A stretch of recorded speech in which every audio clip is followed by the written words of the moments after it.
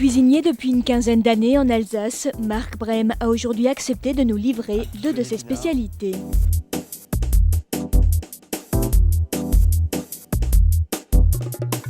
Je suis particulièrement intéressé par notre terroir alsacien et ma cuisine a toujours été relativement ancrée sur notre terroir. Il faut garder une grande ouverture, mais j'ai besoin d'être quand même les deux pieds sur ma tradition.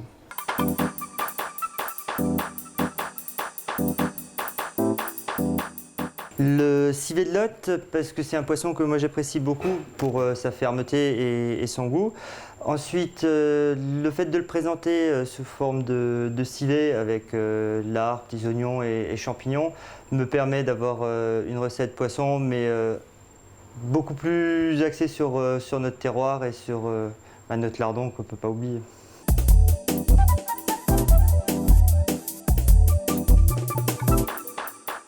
Deux filets de Lot pour environ 4 personnes, du sel et du poivre, un peu de farine pour paner les médaillons de Lot. Pour la garniture de la sauce, on a des petits oignons grelots, des champignons et du lard. La sauce sera composée d'un fumet de poisson et d'un fond brun qu'on appelle demi-glace.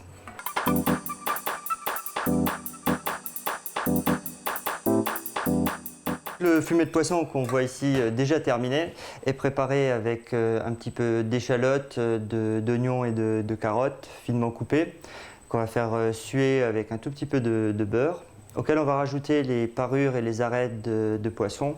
Pour ce qui concerne notre poisson aujourd'hui, la Lot, ça conviendra très bien.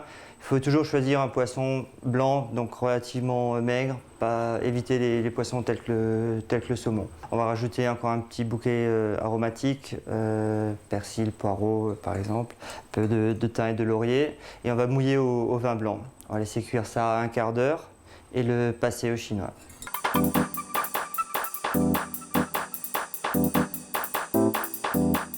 On va détailler nos filets de Lot en petits tronçons qu'on appelle médaillons. On va les assaisonner, simplement sel et poivre, et les rouler un tout petit peu dans la farine. Ce qui nous permettra d'avoir une cuisson plus régulière. Le poisson restera plus onctueux car la farine formera une croûte à l'extérieur et permettra de garder tout le jus de la chair dans le médaillon. Pour la garniture de la sauce, on va préparer des copeaux de lard, des petits quartiers de champignons et les oignons grelots qu'on trouve tout prêts à l'emploi. Pour le lard, il va falloir le blanchir. Donc avant ça, on va le couper juste en petits morceaux. Et le blanchir, c'est-à-dire le plonger dans l'eau froide, le porter à ébullition et rafraîchir ensuite. Ce qui nous permettra de dessaler le lard et d'avoir quelque chose de moins fort en goût. Pour les champignons, on va juste les couper en petits quartiers. On va les mettre à cuire avec une noisette de beurre.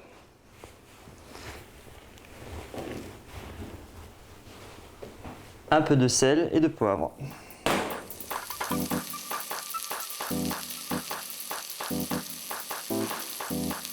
Donc maintenant que nos champignons sont légèrement poêlés, on va rajouter les autres ingrédients de notre garniture de sauce, les oignons grelots et notre lard rafraîchi. Donc maintenant qu'il est blanchi, on va le rajouter aussi pour faire un mélange. On va rajouter notre fumet de poisson et notre fond brun. Un tiers de fumet de poisson et 2 tiers de sauce de viande pour arriver à un mélange très agréable. Notre sauce est prête, elle peut réduire encore un tout petit peu pour trouver une bonne onctuosité et sera prête à servir telle quelle. En décoration, on va avec le lard préparer quelques copeaux de lard, donc des tranches très fines qu'on va faire sécher au four. Ça permet de faire une jolie déco sur l'assiette, c'est agréable et croustillant, c'est sympathique et ça permet de trouver une petite touche originale. Je vais les enfourner à 180 degrés pendant une petite dizaine de minutes.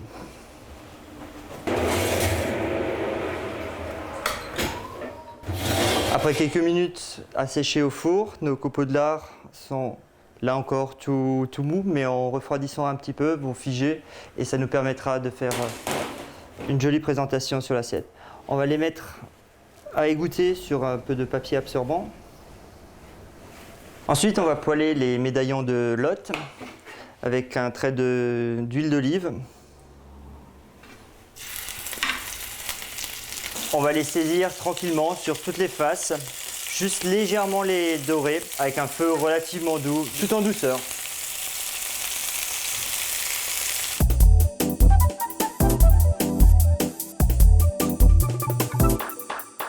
Voilà, une fois que le médaillon est cuit, il reste souple, mais c'est, comme je vous l'expliquais, une chair très ferme, et ce qui nous permet d'avoir un poisson qui ne va pas rapidement tomber en petits morceaux. Alors pour une belle assiette, 4 médaillons feront une jolie portion. En garniture, je vous propose de le servir avec quelques tagliatelles. Et en légumes, j'ai choisi des légumes de saison, un chou-fleur, un petit peu de chou rouge, un petit peu d'épinards. Ensuite, nos copeaux de lard qui ont séché maintenant feront une très jolie décoration sur notre assiette. Et enfin, nous allons venir avec notre sauce et notre garniture civet sur les médaillons. Voilà pour une assiette bien garnie d'un civet de Lot.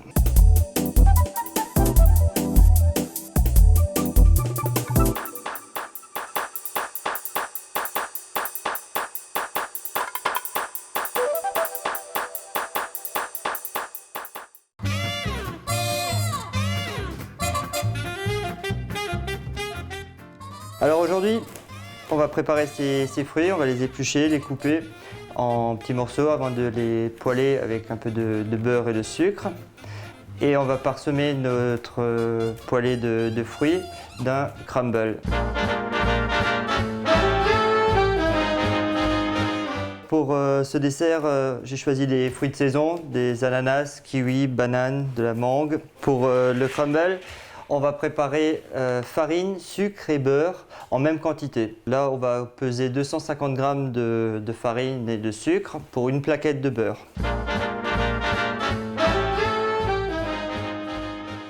On va couper le beurre en petites parcelles.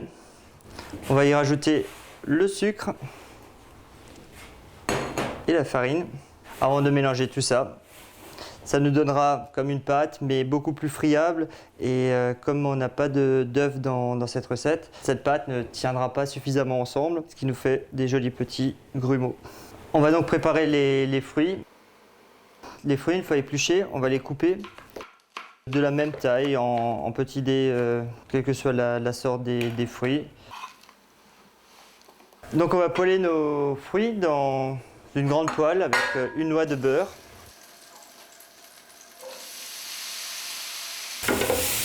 Et on va les saupoudrer d'un peu de sucre.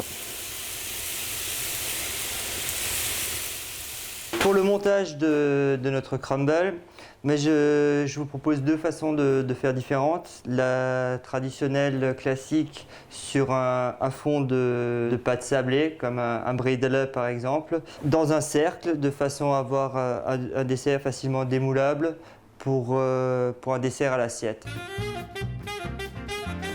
Garni du streusel qu'on va juste saupoudrer dessus. Pour un buffet, une coupelle ou une petite verrine conviendra beaucoup mieux. Elle sera très simple à garnir et à saupoudrer du streusel avant de la passer au four et de la servir juste tiède. On va les enfourner dans un four à 180 degrés pendant une dizaine de minutes.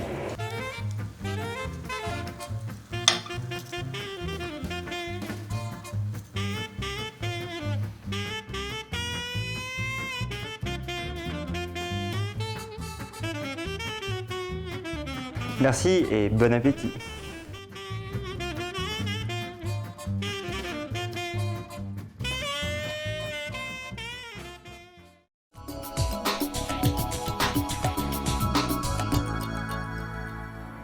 Pour fêter son 10e anniversaire, TV3V vous offre en partenariat avec la Cairn, la communauté de communes du pays de Niederbronn-les-Bains, la régie et l'UPPN, une montagne de cadeaux. Actuellement à gagner, un t-shirt collector de la chaîne et un bon d'achat d'une valeur de 30 € offert par l'Univers du Sac à Niederbronn-les-Bains.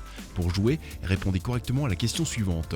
Quels sont les fruits utilisés par Mark Brem pour réaliser son Grumble ? Envoyez-nous votre réponse sur le site internet www.larégie.fr. Bonne chance!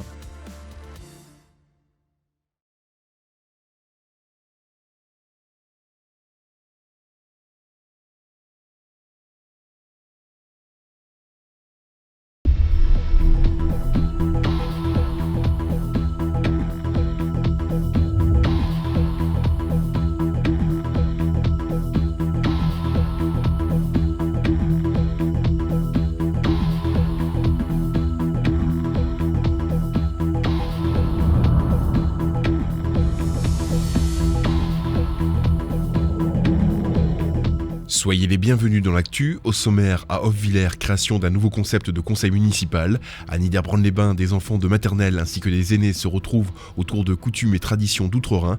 Et pour ouvrir ce journal, présentation de la fonction d'aidant. 3/4 des 900 000 personnes âgées dépendantes que compte la France peuvent rester à domicile grâce à l'intervention de proches qui les aident et les soutiennent dans les différentes tâches de la vie quotidienne. Le rôle et la place des aidants sont-ils bien connus et reconnus? Sait-on seulement ce qu'est un aidant? Nous sommes allés recueillir vos réponses sur le marché de Reichshofen. Savez-vous ce qu'est un aidant? Ah non. Un aidant famille, mais c'est ce que je suis. J'aide mes parents qui sont tous les deux en chaise roulante, donc je sais ce que c'est. Je m'en occupe, je viens de partir de chez eux et puis je vais y retourner pour manger avec eux. J'ai été concernée même il y a quelques mois pour aider mon mari, oui. Donc je sais ce que c'est. Il faut être là, il faut veiller à sa santé, il faut l'aider quelquefois dans des tâches quotidiennes, même la toilette ou ce genre de choses. Il y a beaucoup de gens qui ne savent pas ce que c'est. Il y a beaucoup de temps qui passe et c'est ça qui est incompréhensible chez les gens par rapport à celui qui fait le travail. Oui, ça peut être difficile par certains moments, mais bon, quand on aime la personne, c'est normal. Un dévouement qui va de soi, mais qui devient souvent difficile à concilier avec sa vie quotidienne. Dans la réalité, les aidants vont très loin en fait dans l'aide qu'ils apportent.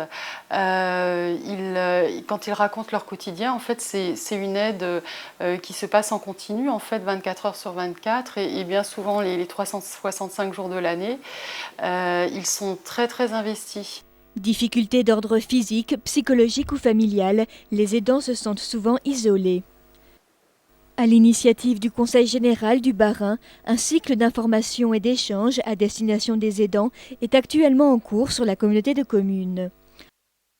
Allocation personnalisée d'autonomie, gestes et postures, animation musicale seront les principaux thèmes abordés lors des prochaines séances.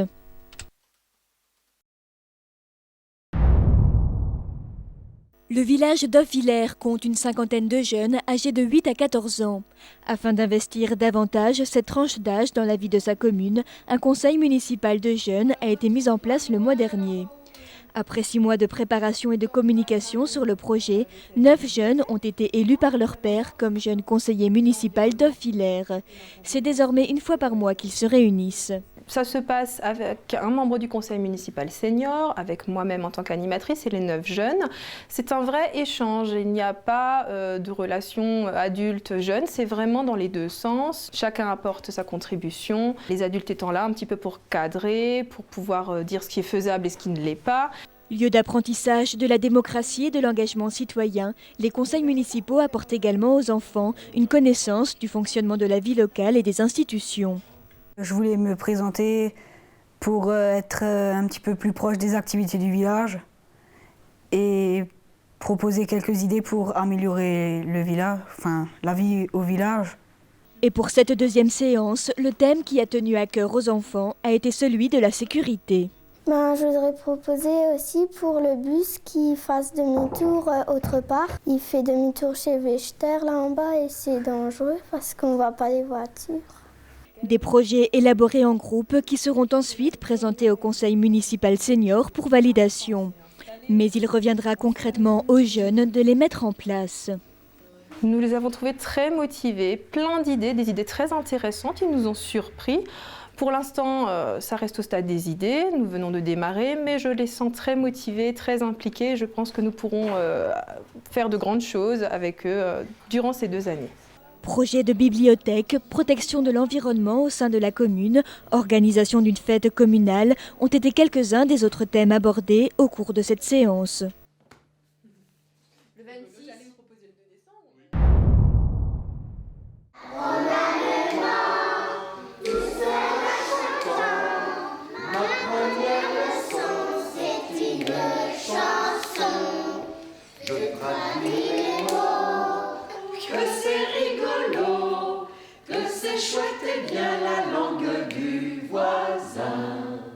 À l'école maternelle du Montrouge à Niederbronn-les-Bains, les enfants des classes bilingues participent actuellement au projet Nuances musicales, une animation en collaboration avec un musicien intervenant issu de l'association Impact spécialisée dans l'action culturelle. Cette action vise à créer une dynamique interculturelle d'échange entre des seniors et des enfants d'Alsace du Nord et d'Outre-Rhin par le biais d'interventions musicales.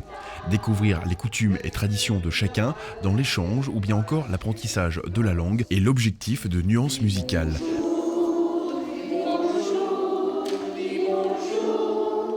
Chantons tout le monde. 1, 2, 3. Plus fort. 1, 2, 3.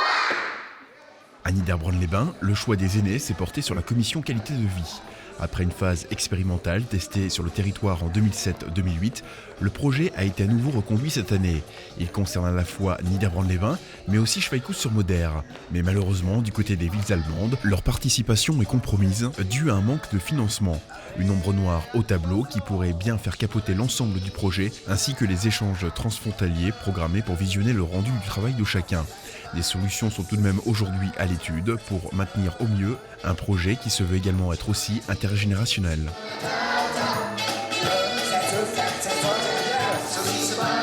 Saucisse,